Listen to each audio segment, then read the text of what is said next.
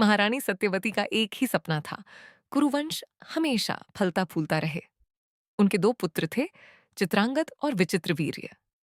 समय बीता और चित्रांगद एक महान योद्धा बने, लेकिन एक भयंकर युद्ध में वे वीरगति को प्राप्त हो गए। अब हस्तिनापुर का सिंहासन विचित्रवीर्य को मिला। सबको लगा कि अब कुरुवंश सुरक्षित है, लेकिन दुर्भाग्य से विचित्रवीर्य भी बिना संतान के ही स्वर्ग से धार गए। अब महारानी सत्यवती के सामने एक बहुत बड़ा संकट खड़ा हो गया।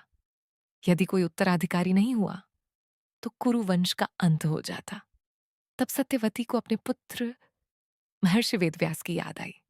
उन्होंने वेदव्यास को हस्तिनापुर बुलाया और कुरुवंश को बचाने की विनती की।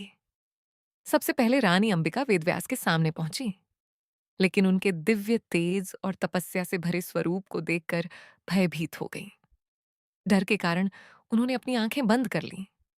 इसी कारण उनके गर्भ से जन्मे पुत्र धृतराष्ट्र जन्म से ही नेत्रहीन हुए। फिर रानी अंबालिका वेदव्यास के पास गईं, लेकिन उन्हें देखकर उनका चेहरा भय से पीला पड़ गया। इसी कारण उनके पुत्र पांडु का शरीर दुर्बल और वर्ण पीला हुआ। फिर भी सत्यवती पूरी तरह संतुष्ट नहीं थी। उन्होंने एक बार फिर वेदव्यास से वंशवृद्धि का आग्रह किया। इस बार एक दासी को उनके पास भेजा गया। दासी ने बिना किसी भय और संकोच के वेदव्यास का सम्मानपूर्वक स्वागत किया और उसके गर्भ से जन्म हुआ अत्यंत बुद्धिमान, धर्मज्ञ और न्यायप्रिय विदुर का। यही तीन पुत्र धृतराष्ट्र, पांडु और विदुर आगे चलकर महाभारत के इतिहास की नींव बने। धृतराष्ट्र से कौरवों का वंश चला,